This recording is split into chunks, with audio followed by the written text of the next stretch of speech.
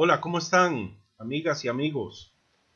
Les saluda su amigo, servidor y anfitrión Javier Martín. Este es el canal Tao y Economía y hoy vamos a hacer un análisis de cuáles son las estrategias posibles, cuáles son las alternativas ante la inminente debacle económica global que estamos por vivir. Antes de eso, quiero primero que todo agradecer el montón de comentarios positivos que he recibido. Dos o tres de personas muy molestas porque no les gusta lo que estoy diciendo. Sin embargo, nada más les lancé rápidamente unos cuantos datos fidedignos y murió el tema. Que quede claro, aquí no es la ideología de Javier Martín, no es lo que Javier Martín opina, no es lo que le parece, lo que le gusta o lo que le disgusta, no, es un análisis económico a partir de datos duros, reales, verificables, de dominio público. Entonces, si hay disgusto para los que de ahora en adelante empiecen a ver estos videos de su servidor, si se siente molesto, irritado, pues no ataque al mensajero, porque eso no sirve de absolutamente nada. Si tiene alguna inquietud y tiene el respeto suficiente para pedirla como se debe hacer, con mucho gusto le estaré orientando de una manera completamente desinteresada. Lo único que me interesa en este momento cuando realizo estos videos es ayudar al ser humano a que entienda lo que está pasando y que conforme a esa información nueva que está recibiendo haga y tome las decisiones pertinentes que crea más importantes o mejores para desarrollar su estrategia. Bien, aquí tenemos hoy, por cierto, no voy a presentar un solo gráfico, una sola imagen. Acá tengo un móvil que suena, lo golpeé accidentalmente. No más gráficos, no más dibujos, no más pruebas. Todos los videos anteriores han probado hasta la saciedad todo lo que he argumentado. De nuevo, ahí está, revísenlo si gusta. En este video no voy a presentar un solo video, un solo gráfico de nada. He estado muy ocupado, por eso también es que no he podido compartir más información con ustedes.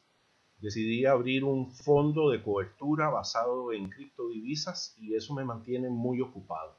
Es el dinero de mis clientes y yo pues, debo ser responsable en ese sentido y ahí estoy dedicando la mayoría de mi tiempo. Sé que algunos de ustedes preguntarán qué es ese fondo de cobertura. Les explico rápidamente.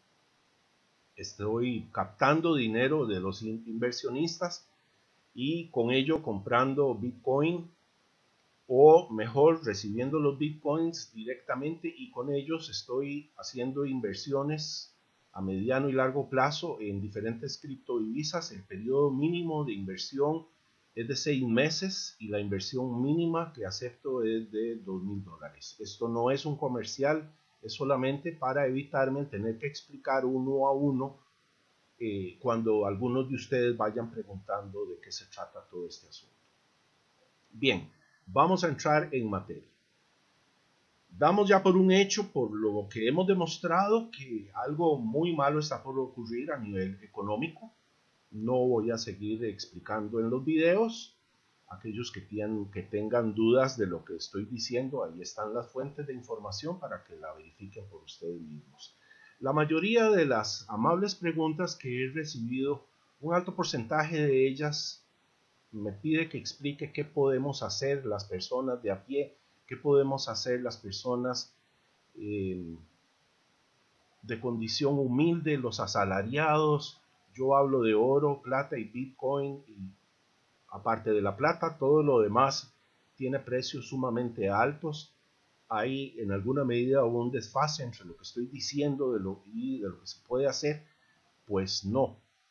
Voy a proceder a esbozar un montón o una secuencia de opciones, de pasos a seguir, de estrategias para enfrentar esta crisis y no solo no perder, lo poco que nosotros tenemos, sino eventualmente lograr una ganancia, lograr una mejoría del estatus económico con solo hacer las cosas correctamente en esta fase de transición.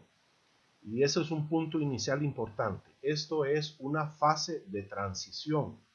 No hace falta verlo como una crisis, como una debacle a donde todos vamos a sufrir. No necesariamente. Si hacemos lo correcto, estamos en el momento preciso, en el lugar adecuado, vamos a obtener más bien riqueza de esta fase de transición. La fase de transición es la que es. Si se quiere ahondar un poco más técnicamente, entonces estudie, revise la teoría de los sistemas complejos de Mandelbrot. Ahí explica cómo se comportan los sistemas complejos. Nos da unos diferentes ejemplos de los sistemas complejos y cómo operan. Y bueno, analiza también, uno puede analizar con base en esa teoría de los sistemas complejos de Mandelbrot, cómo el mercado es un sistema complejo y cómo en algún momento, después de pasar cierto límite de crecimiento natural, empieza a disfuncionar, empieza a consumir cada vez más recursos, más insumos, para crecer mucho más lentamente hasta que llega un momento en que se detiene como una ola marina, y a partir de ese momento entra en la fase de transición, que es el colapso de la ola marina, es el colapso de la avalancha, el colapso de una población de ratas que por alguna razón ecológica obtiene en los últimos meses una sobreabundancia de alimentación, y se da entonces una sobreexplotación de la población que termina sufriendo un colapso, porque se traspasó el límite natural de crecimiento que el sistema complejo demanda antes de entrar en estas fases autodestructivas que buscan a la larga volver al equilibrio una y otra vez. El mercado es un sistema complejo. El equilibrio que tanto pregonan los bancos centrales lo perdieron hace muchísimos años debido justamente a la intervención inepta, a la simple intervención. Al mercado hay que dejarlo lo más libre posible.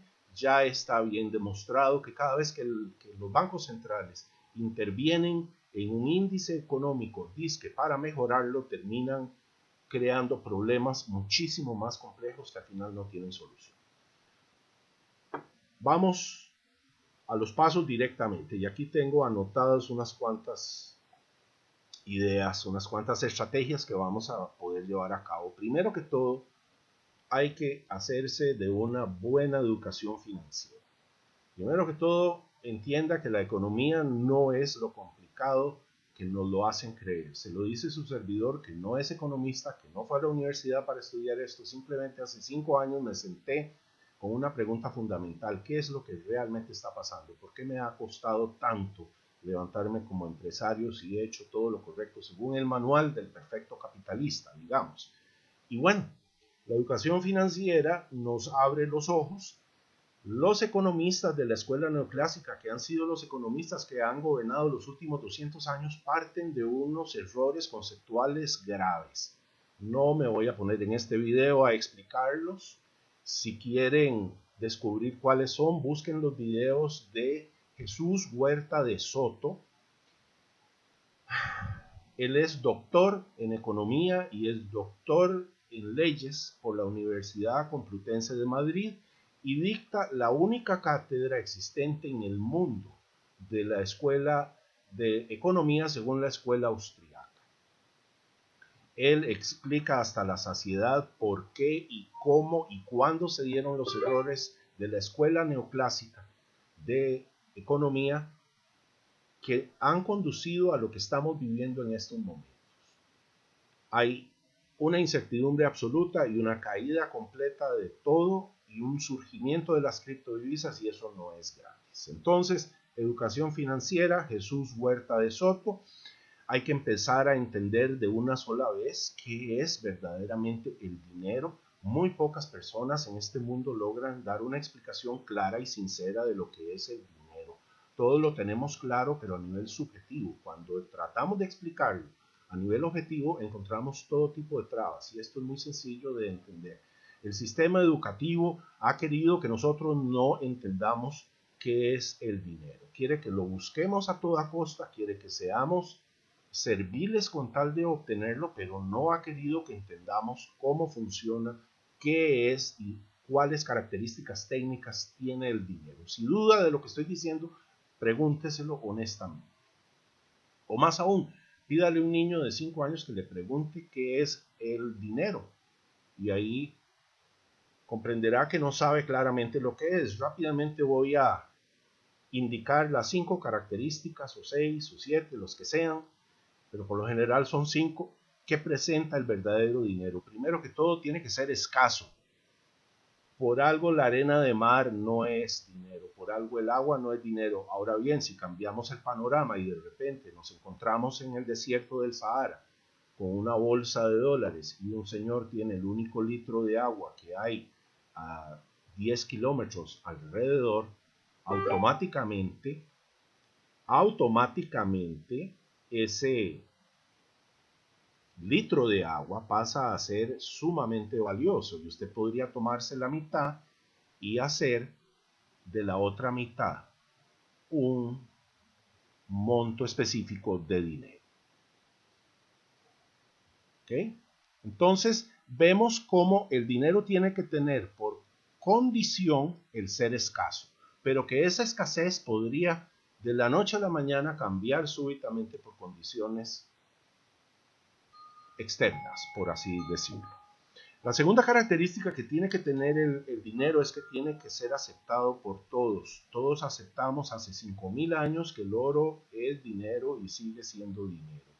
Aceptamos hace unos 100 y pico de años que los billetes bancarios son dinero. Hoy estamos hartos de que cada año que pasa compramos menos con ese dinero bancario. Por eso es que está dándose este cambio de paradigma global tan importante y tan impactante.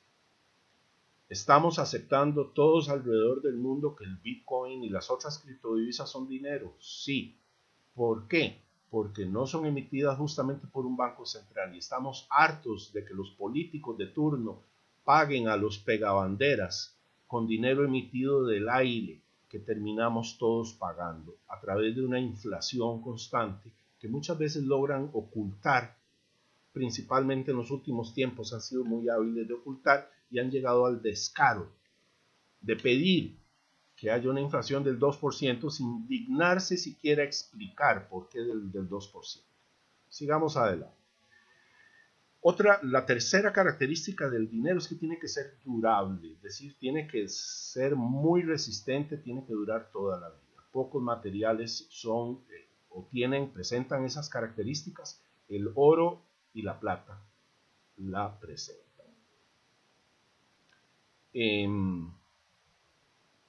La cuarta característica es que no sea falsificable, es decir, que sea imposible falsificar. Sabemos que es posible falsificar los billetes, sabemos que es imposible falsificar el oro, ni la plata. Que usted no sepa identificarlo y que le metan gato por liebre son otros. Es completamente otra historia. Y por último, para hacerlo bien sencillo y compacto, el dinero tiene que ser divisible, tiene que ser fungible. Vamos a explicar esto claramente. Un trozo de oro yo lo puedo cortar en varios pedacitos y cada uno de esos pedacitos va a tener un valor que es equivalente a la totalidad anterior menos la división en las partes, como fuera. Cada uno de los trocitos, por muy pequeño que sea, tiene un valor definido, y eso significa divisible y fungible. Un ejemplo de algo que vale mucho pero que no es dinero son las obras de arte. Si yo agarro un Picasso y lo parto en pedacitos, cada uno de esos pedacitos va a valer absolutamente nada.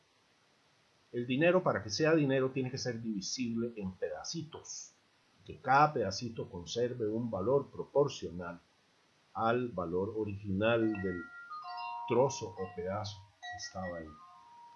Ya nos está haciendo bulla este móvil. Ok, entonces ya explicamos qué es el dinero. Siguiente concepto que tiene que entender: patrón oro y su importancia. ¿Cuál es la función del oro? La función del oro es tenerlo guardado en un lugar determinado y se acabó. La función del oro es que usted se sienta en él y se acabó. El oro no genera utilidades, no genera dividendos. Por tanto, el oro no es un instrumento financiero, no es una inversión. El oro es dinero. Toda la vida de la humanidad, mucho más de 5.000 años, el oro fue el dinero. Hay grandes inconveniencias en intentar utilizar el oro como dinero. Específicamente, es muy pesado, por tanto incómodo. Llega un momento en que se vuelve poco práctico y nació de alguna forma la letra de cambio, el billete, el pagaré, lo que sea, que es la representación en un papel de ese oro que está guardado en una bolsa. Así nacieron los billetes hace varios cientos de años, anclados en el oro. Recapitulemos, ¿cuál es la función del oro? Nada más que representar confianza a través del depósito completamente estático de una pila de oro que respalda una moneda de una entidad llamada Estado, llamada gobierno, llamada Banco Central.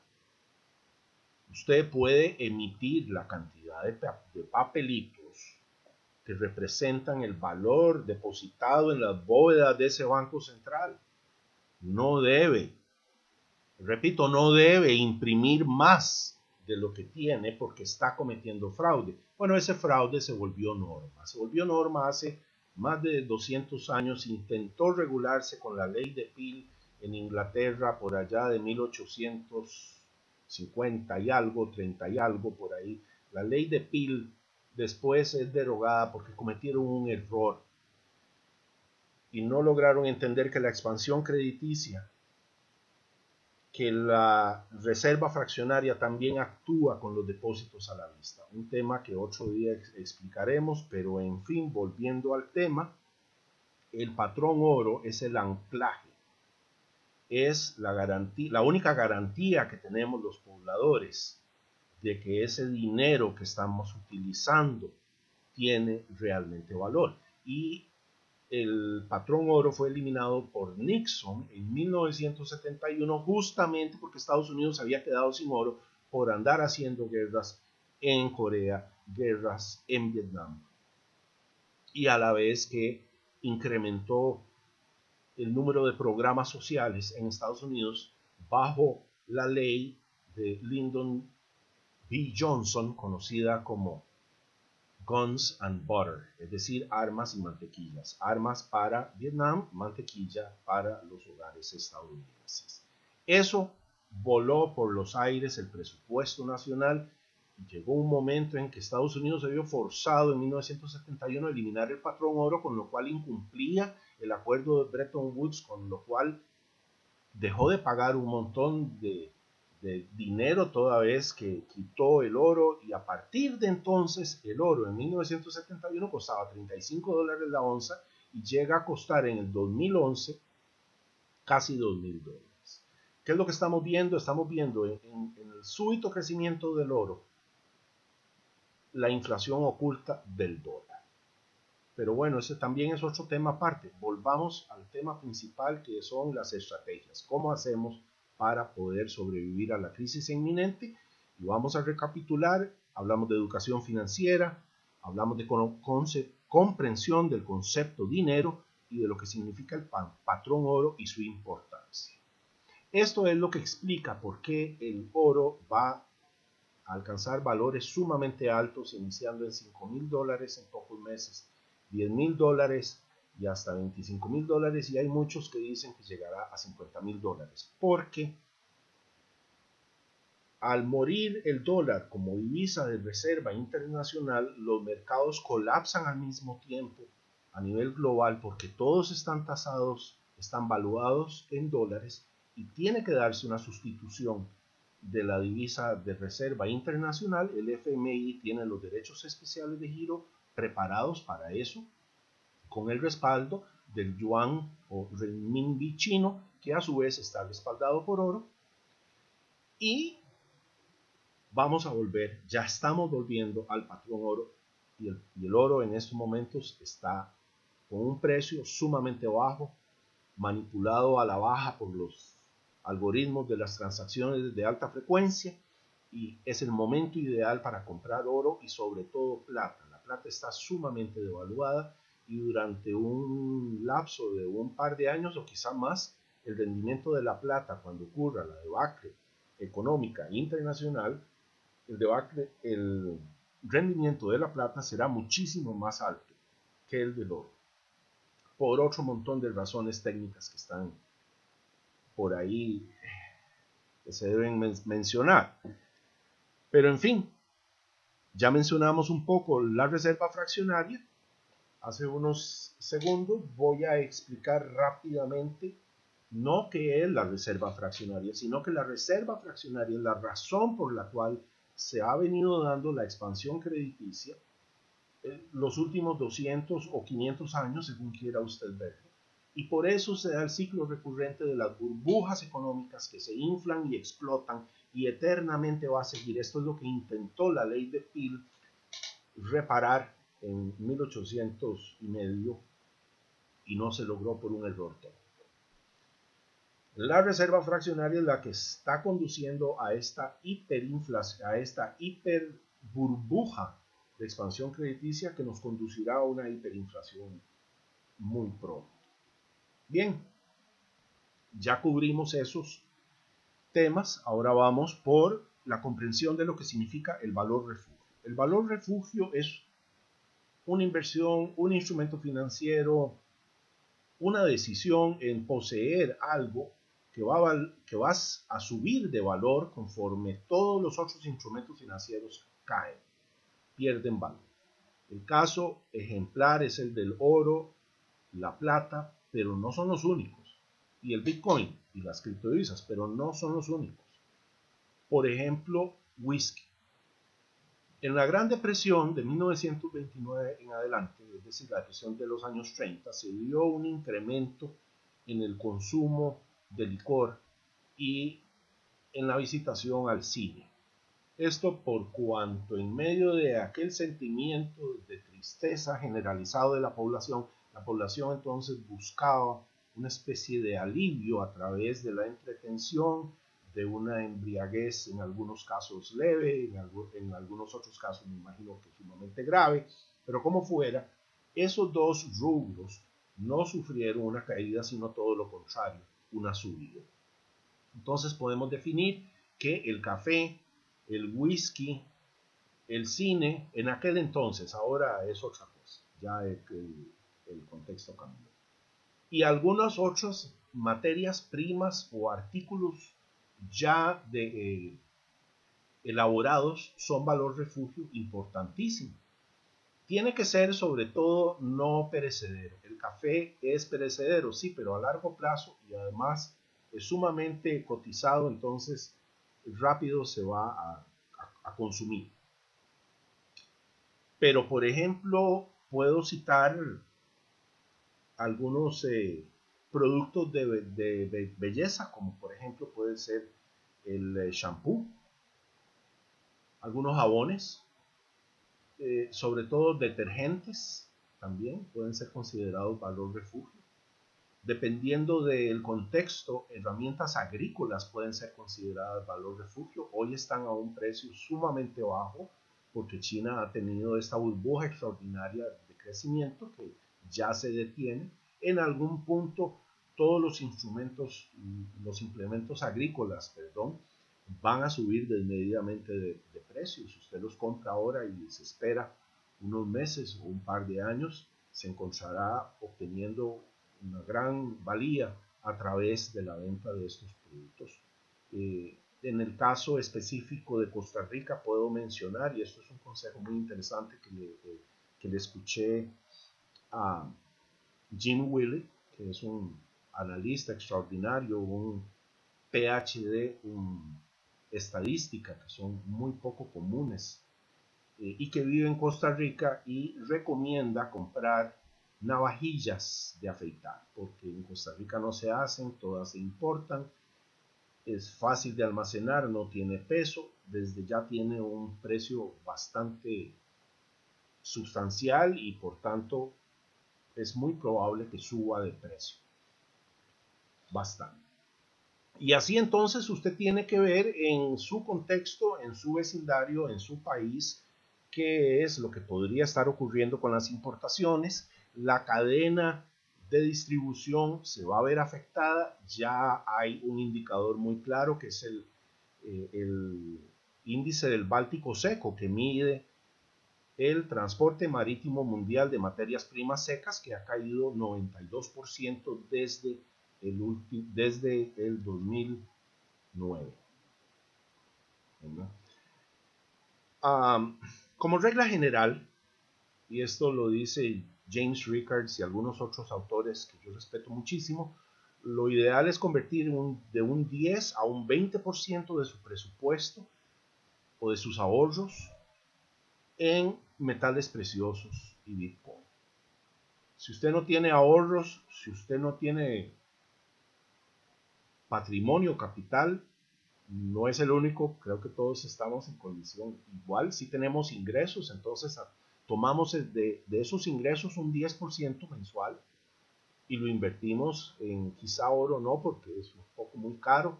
Plata definitivamente está regalada. Hay que ser muy necio para no comprar plata siendo uno obrero, siendo uno persona de la calle. Tiene que tener plata, 10%, poquito todos los meses, para ir con el tiempo creando una buchaca, una caleta de plata que va a permanecer escondida, enterrada en su jardín. ¿Okay? 10% si es conservador, 20% si es una persona más intrépida, que podría entonces buscar una ganancia con esta transición y no solamente sobrevivir, no solamente dejar su patrimonio completamente incólume, sino más bien sacar un usufructo de las condiciones que hay. Entonces, si es usted ese tipo de persona, 20%. Muchos tenemos la idea, de alguna forma idílica, de entonces invertir en agricultura. Eso es absolutamente válido, es muy aconsejable. De hecho, lo aconseja nada menos que Jim Rogers. Jim Rogers es otro analista estadounidense, es un señor que ha tenido muchísimo éxito, fue socio nada menos que de George Soros en el Quantum Fund, entonces algo debe saber este señor. Es experto renombrado en comprar barato. Él es el especialista en comprar barato. Es un fanático del oro y él hace un análisis muy sencillo. Llevamos 30 años viendo al agro caer. El piso debe estar cerca. Una vez que toca piso, ya no puede ir más abajo. Si ya no puede ir más abajo, ¿hacia dónde va? Hacia arriba. Menciona también que han sido 30, 40 años de irnos quedando paulatinamente sin agricultores. Entonces, la población no ha disminuido, no se ha mantenido, sino que ha crecido. Entonces, crece la población, disminuye la producción, los finqueros, los agricultores. Entonces, se da este desbalance que va a producir que entonces el agro surja. Pero aterricemos. No todos somos agricultores y los que no somos agricultores no será fácil que seamos agricultores y tal vez sea muy improductivo intentar ser agricultor. Se lo digo porque personalmente viví la experiencia antes de dedicarme a la economía. Yo era un guía naturalista de historia natural, valga la redundancia, especialista en etnobotánica y terminé viviendo en la selva atlántica en la selva caribeña de Costa Rica un par de años y ahí viví todo este proceso de convertirse en un agricultor verdadero, de machete, de pala. No es fácil, no es para nada fácil y tal vez no sea lo más aconsejable. Entonces, invertir en agricultura tal vez no signifique que usted va a hacer la agricultura directamente, si tiene un área disponible para ello, que dicha, pero no haga la gran inversión, la gran apuesta, a no ser que usted de verdad sea un agricultor, y si no lo es, convertirse en un agricultor le va a tomar de 2 a 5 años, dependiendo, para que su cuerpo y su mente terminen de adaptarse a esas nuevas condiciones. Son condiciones sumamente duras. Una opción entonces es ubicar, identificar a agricultores cerca de uno y entrar en algún tipo de alianza económica que nos beneficie. Si es usted un terrateniente, no me refiero a un gran terrateniente, me refiero a poseedor de algo, de una pequeña parcela, podría entonces considerar el alquilar esa parcela o parte de ella a un agricultor por un porcentaje de la cosecha que podría estar entre un 20 a un 30% más o menos. Eso de hecho es el modelo que está por implantarse. Hay que entender que el tejido social está desgarrándose, que una vez extinto el pacto social, lo que va a haber es una imposibilidad de cumplir con las obligaciones patronales de tipo social. En Costa Rica tenemos un sistema muy hermoso, a mi juicio muy bueno, y va a ser seriamente afectado por una sencilla razón: el empresario va a llegar a un punto en el que no va a poder contratar personas debido a los altos costos. Esto no es una opinión actual, esto es una proyección de lo que está por ocurrir. Cuando termine de caer todo el mercado, encontraremos a el 90% de los empresarios quebrados, sin posibilidad de contratar aunque quisieran. Por otro lado, vamos a tener una masa muy grande de personas sin trabajo que van a clamar por trabajo. Entonces va a terminar creándose un nuevo acuerdo social. El empresario le va a decir: mire, señor, yo quiero contratarlo, pero no puedo, económicamente no puedo. Entonces, entre ambas partes van a lograr un nuevo acuerdo social que va a ser: permítame entonces, le dice el agricultor, sembrar la tierra y yo le doy una parte de la cosecha. Y el dueño de la tierra va a decir: gracias a Dios que está apareciendo esta nueva opción que nos va a permitir seguir adelante. Eso es lo que va a ocurrir. Reviso aquí los datos. Yo creo que ya. ¿Sí? Muchas gracias por su atención, muchas gracias por su apoyo. Les deseo un fin de semana agradable. Denle like, sigan suscribiéndose, envíenme comentarios. Si usted es una de esas personas que está molesta por lo que estoy comentando, entiéndame que no es mi opinión, es lo que está pasando. Ahí están los datos. Si presenta datos duros que contradicen lo que yo digo, me sentiré sumamente contento, porque nada me gustaría más que estar profundamente equivocado. Otra vez, muchas gracias. Nos vemos pronto. Que tengan mucha paz en su espíritu. Chao.